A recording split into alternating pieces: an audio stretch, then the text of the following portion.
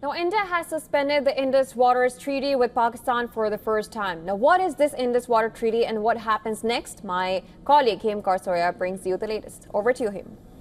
Thank you so much, Jyotsna. Of course, as you mentioned rightly, the Indian side has responded and it has suspended the Indus Water Treaty with Pakistan for the first time. This move is part of a slew of retaliatory measures announced by New Delhi after the terror attack in Pahalgam. India claims that the attack is a result of Islamabad's support of cross-border terrorism. But how will suspending the treaty hurt Pakistan? Let's get you the details of this first. The Indus Water Treaty was signed in 1960 following 9 years of negotiations.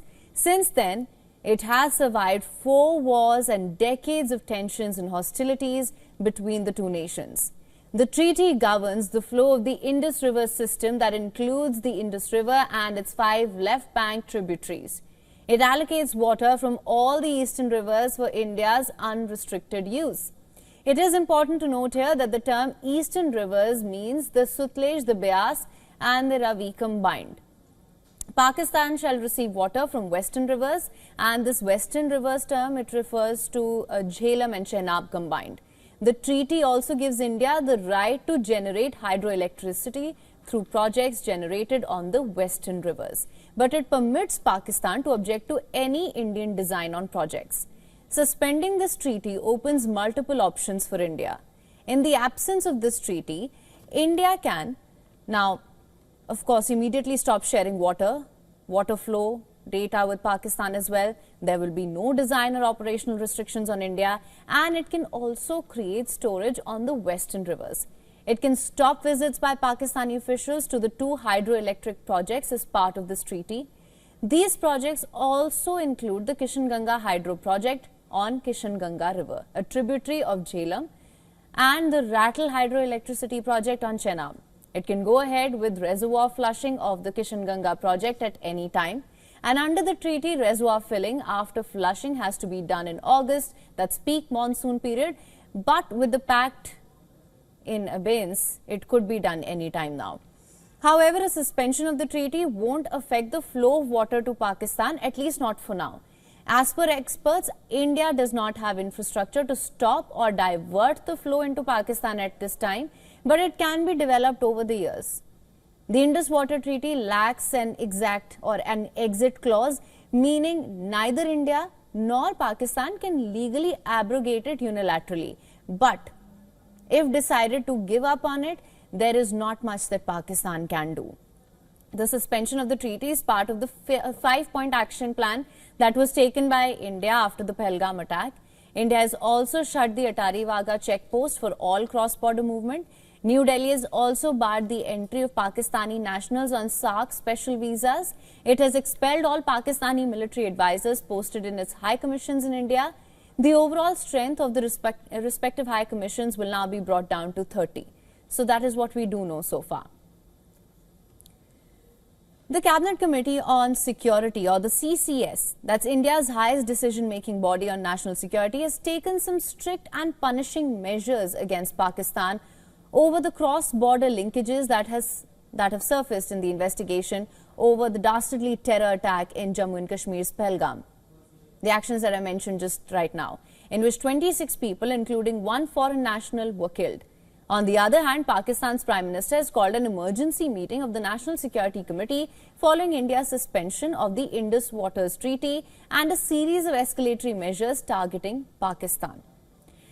To further discuss this, our Assistant Editor for Foreign Affairs, Siddhant Sibal, is joining us live from New Delhi. We're also right now being joined by our Pakistan Bureau Chief, Anas Malik from Islamabad.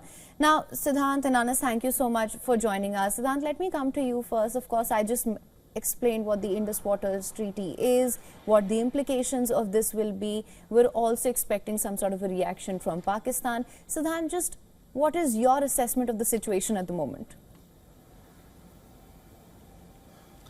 Well, the situation remains tensed. We know the measures that the Indian government has taken yesterday, including, of course, freezing the Indus Water Treaty and, of course, taking strong action when it comes to the cutting off or downgrading the presence of the diplomatic missions. Now, essentially, it's going to play out for some more days. We know that Pakistan is holding an important security committee meeting, and we could expect some retaliatory measure from the Pakistani side. And for India, for a long time, the big concern has been cross-border terrorism from Pakistan. Pakistan, of course, continues to deny that and come up with its own conspiracy theories, something that the world has dismissed, not only India. In fact, all neighbors of Pakistan, whether it's India, Afghanistan or Iran, have at one point or another point slammed Islamabad for supporting terrorism in their territory. So it looks like it is a moment that has arrived for India to expected to take a strong action given the seething anchor here on the ground. In fact, you speak to anyone here in Delhi today, the big conversation is what action the Indian government will take. The first round of actions were the diplomatic actions which has been announced, and this is something that is going to play out. But will there be a military option? That's the big question.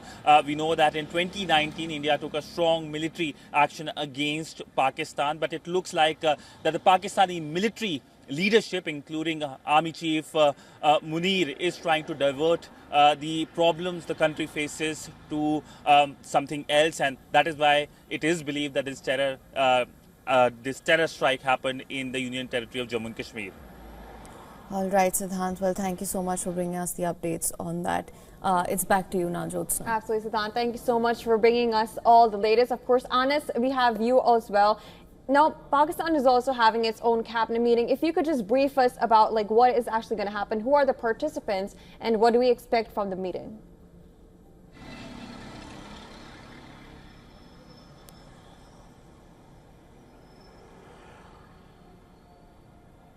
I saw the Pakistani Foreign Minister Ishaq Dar entering, the Pakistani Minister for Information Atta Tarar entering, the Law Minister Azam Nazir Tarar, the SAPM, or the Special Assistant to the Prime Minister Tariq Fatmi, who has been a seasoned diplomat as well previously, and also the Attorney General Anwar Mansoor Awan.